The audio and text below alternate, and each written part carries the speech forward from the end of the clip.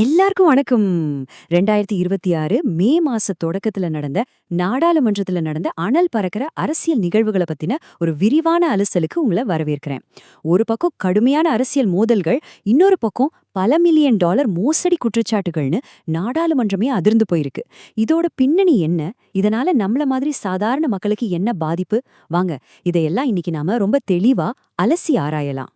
சரி, இன்னைக்கு நாம அலசல்ல என்னென்ன பார்க்க போறோம்னு டக்குன்னு பாத்துடலாம். முதல்ல காணாம போனதா சொல்லப்படுற திரைச்சேரி நிதி பத்தி பார்க்க போறோம். அப்புறம் விவாதத்துக்காக கொடுக்கப்பட்ட அழுத்தம், ஜனநாயக நிறுவனங்களுக்கு வந்திருக்க அச்சுறுத்தல்கள், மக்கள் எதிர்கொள்ளும் நெருக்கடுகள், கடைசியா நாடாளுமன்ற குழுக்களோட கண்காணிப்பு நடவடிக்கைகள்னு எல்லாத்தையும் வரிசையா பார்க்க போறோம். இதுல முதல் பகுதி, காணாமல் போன திரைச்சேரி நிதி. இந்த வாரம் நாடாளுமன்றத்துல ஏற்பட்ட பெரிய பரபரப்புக்கு என்ன அடிப்படை காரணம்னு இப்ப பார்க்கலாம். 2.5 மில்லியன் டாலர்கள் சும்மா இல்லங்க, இது ரொம்பவே பிரம்மாண்டமான ஒரு தொகை இல்லையா? நிதி அமைச்சகத்திலிருந்து இவ்ளோ பெரிய தொகை எந்தவித விளக்கமுமே இல்லாம காணாம போயிருக்குன்னு எதிர்க்கட்சிகள் ஒரு பகிர் குற்றச்சாட்டை முன் வச்சிருக்காங்க. இது எப்படி சாத்தியம்னு கேட்டா ஆச்சரியமா இருக்குல்ல? இங்கதான் நம்ம எல்லார் மைண்ட்லயும் ஒரு பெரிய கேள்வி வருது. அரசாங்கம் செலுத்த வேண்டிய ஒரு கடன் தொகை எப்படி மோசடிக்காரன்கள் கைக்கு போச்சு? அதாவது ஒரு சாதாரண இமெயில் மோசடி மூலமா நிதி அமைச்சகத்தோட உயர்மட்ட அதிகாரிகள் ஏமாந்திருக்காங்கன்னு எதிர்க்கட்சி எம்பிகள் சொல்றாங்க. ஒரு சின்ன குழந்தைக்கு கூட தெரிஞ்ச ஒரு மோசடி வலையில பெரிய பெரிய அரசாங்கம் அதிகாரிகள் எப்படி விழுந்தாங்கன்றதுதான் இப்போ மிகப்பெரிய ஆச்சரியம்.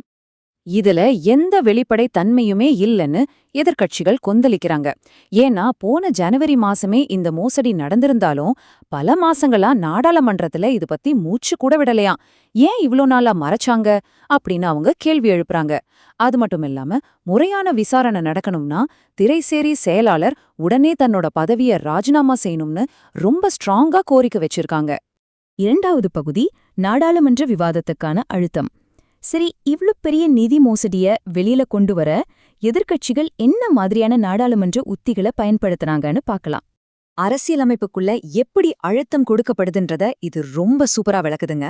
முதல்ல எதிர்க்கட்சிகள் இந்த விவகாரம் பத்தி விவாதம் கேட்டப்போ அரசாங்கம் அதை அப்படியே நிராகரிச்சிட்டாங்க. ஆனா நாடாளுமன்ற விதிகளின்படி, அதாவது நிலையர் கட்டளை 19D கீழ் 20 எதிர்க்கட்சி எம்பிக்கள் அவையில எழுந்து நின்னு விவாதம் கேட்டதால வேற வழியே இல்லாம அரசாங்கம் ஒரு 90 நிமிட விவாதத்துக்கு ஒத்துக்குச்சு. இது உண்மையிலே ஒரு சுவாரஸ்யமான மூவ் இல்லையா?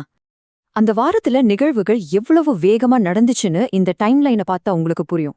மே 5ஆம் தேதி விவாதம் கட்டாயமாக்கப்படுது. அடுத்த நாளே சபாநாயகர்கிட்ட பிரேரணை கொடுக்கப்படுது. மே 7ஆம் தேதி ஒரு பெரிய ஊடகவியலாளர் சந்திப்பு நடக்குது.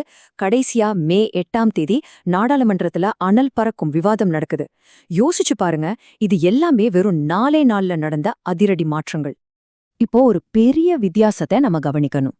ஒரு பக்கம் நாடாளுமன்றத்துக்குள்ளே நடக்கிற அதிகாரப்பூர்வமான நேரடி விவாதங்கள், இன்னொரு பக்கம் அவைக்கு வெளியே பத்திரிகையாளர்கள் மத்தியில எதிர்க்கட்சிகள் நடத்துற தொடர்ச்சியான சந்திப்புகள். அவைக்குள்ள தங்களுக்கு போதுமான நேரம் ஒதுக்கப்படாததால மக்கள் கிட்ட நேரடியா விஷயத்தை கொண்டு போக அவங்க இந்த வழியை தேர்ந்தெடுத்திருக்காங்க. இது எதிர்க்கட்சிகள் கொடுத்து ஒரு மிக கடுமையான எச்சரிக்கைங்க. தொடர்ந்து தங்களோட விவாத கோரிக்கைகள் மறுக்கப்பட்டால் நாங்க அதிகாரப்பூர்வ அவைக்கு வெளியே ஒரு மாற்று நாடாளுமன்றத்தையே உருவாக்க வேண்டி வரும்னு எச்சரிச்சிருக்காங்க. எந்த அளவுக்கு ஒரு ஆழமான அதிருப்தி இருந்தா இப்படி ஒரு வார்த்தையை யூஸ் பண்ணுவாங்கன்னு நினைச்சு பாருங்க. மூணாவது பகுதி, ஜனநாயக நிறுவனங்களுக்கு அச்சுறுத்தல்கள். இந்த தனிப்பட்ட மோசடிகள், விவாதங்கள் இது எல்லாம் தாண்டி அரசாங்கத்தோட முக்கிய அமைப்புகளுக்கிடையே உருவாயிருக்கக்கூடிய கட்டமைப்பு ரீதியான மோதல்களை பத்தி இப்ப அலசுவோம். இது ஜனநாயகத்தோட 2 முக்கிய தூண்களான நிர்வாகத்துறைக்கும் நீதித்துறைக்கும் இடையில் இருக்கிற விரிசலை காட்டுது. மே தினத்துல ஜனாதிபதி பேசின ஒரு கருத்து நீதிமன்ற தீர்ப்பு மேல ஒரு தேவையற்ற அழுத்தத்தை கொடுக்கற மாதிரி இருக்குன்னு எதிர்க்கட்சிகள் குற்றம் சாடுறாங்க. இத கண்டிச்சு சபாநாயகர்கிட்ட ஒரு பிரேரணையும் அவங்க கொடுத்திருக்காங்க. அந்த 2.5 மில்லியன் டாலர் பிரச்சனை மட்டும் இல்லைங்க. அந்த வாரம் எம்பிக்கள் இன்னும் நிறைய அதிர்ச்சியான மோசடிகளை பத்தி பேசினாங்க. NDB வங்கியிலிருந்து 13.2 பில்லியன் ரூபாய் காணாம போன விவகாரம், தொழிலாளர் சேமலாப நிதித்துக்கு வந்திருக்க ஆபத்து, தேங்காய் எண்ணெய் இறக்குமதியில நடந்த பெரிய வரி ஏய்ப்பு, அப்புறம் நிலக்கரி மோசடின்னு அடுத்தடுத்து பல கோடிக்கணக்கான ஊழல் குற்றச்சாட்டுகள் நாடாளுமன்றத்துல எதிரொலிச்சுக்கிட்டே இருந்துச்சு. ஒட்டுமொத்தமா பார்த்தா இது பிளவுபட்ட ஒரு நாடாளுமன்றத்தோட நிலைய காட்டுது. பொது நிதியை கட்டுப்படுத்துற நாடாளுமன்றத்தோட அதிகாரமும் அரசியலமைப்பு ரீதியான கண்காணிப்பு முறைகளும் இன்னைக்கு மிகப்பெரிய அச்சுறுத்தல்ல இருக்குன்னு எதிர்க்கட்சிகள் சொல்றாங்க.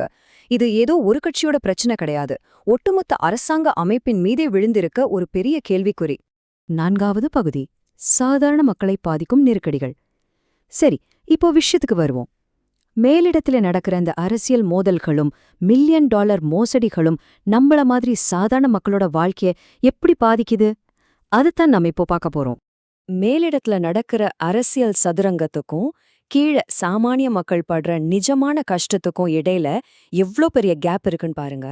ஒரு பக்கம் கோடிக்கணக்கான பணம் ஈஸியா காணாம போகுது, ஆனா இன்னொரு பக்கம் டிட்வா சூறாவளியால வீடிழந்து பாதிக்கப்பட்ட மக்கள் தங்களுக்கு வர வேண்டிய சின்ன நிவாரணத்துக்காக கூட இன்னமும் காத்துக்கிட்டு இருக்காங்கன்ற நிதர்சனமான உண்மை அவையில சுட்டிக்காட்டப்பட்டுச்சு.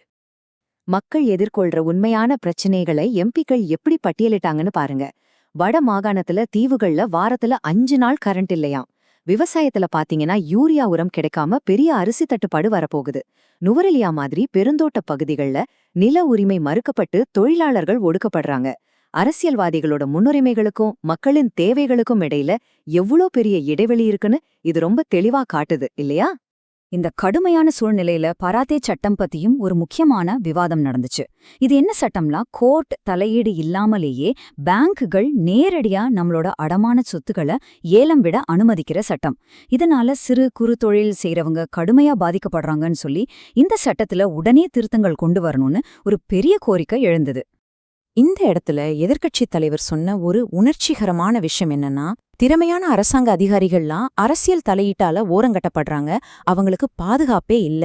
அரசாங்கத்துக்கு வேணும்னா இந்த அதிகாரிகளின் உயிர்கள் முக்கியமில்லாம இருக்கலாம், ஆனா எங்களுக்கு அது முக்கியம் அப்படின்னு அவர் சொன்னது அவையில பெரிய அதிர்வலையை ஏற்படுத்துச்சு. 5வது பகுதி, குழுக்களின் கண்காணிப்பு மற்றும் நடவடிக்கை. இப்போ நாம கடைசி பகுதிக்கு வந்துட்டோம்.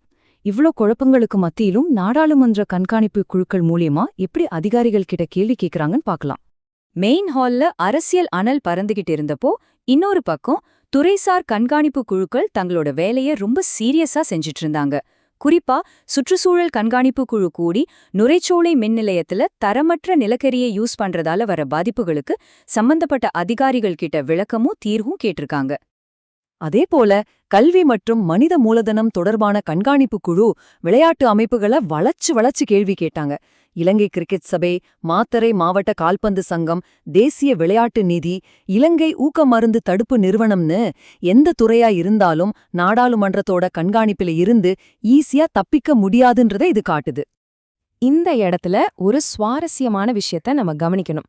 வெளிப்படைத்தன்மைக்கான போராட்டம்ன்றது வெறும் நாடாளுமன்ற மெயின் ஹாலோட முடிஞ்சு போறதில்ல. நிஜமான பொறுப்புக்கூறல் எங்க நடக்குதுன்னா, இந்த கண்காணிப்பு குழுக்களோட சின்ன சின்ன அறைகளுக்குள்ளதான். அதிகாரிகள் நேரா வரவழைக்கப்பட்டு அவங்க முகத்துக்கு நேரா சரமாயா கேள்விகள் கேட்கப்படுற நிகழ்வுகள் இது. இறுதியா உங்ககிட்ட ஒரு முக்கியமான கேள்வியோட இந்த அலசலை நான் நிறைவு செய்றேன். பல $1 பில்லியன் பொதுமக்கள் பணம் ஆபத்துல இருக்கும்போதும், இன்னொரு பக்கம் சாதாரண மக்கள் தங்களோட அன்றாட தேவைகளுக்கே அல்லாடிக்கிட்டு இருக்கும்போதும், நாம பார்த்த இந்த நாடாளுமன்ற விவாதங்களும் கண்காணிப்பு குழுக்களும் உண்மையிலேயே தப்பு செஞ்சவங்கள பொறுப்பு கூற வைக்குமா, இல்ல இதுவும் வெறும் கண் துடைப்பா? யோசிச்சு பாருங்க. இந்த அலசல் உங்களுக்கு பயனுள்ளதா இருந்திருக்கும்னு நம்புறேன். மீண்டும் இன்னொரு சுவாரஸ்யமான விஷயத்தோட உங்களை சந்திக்கிறேன்.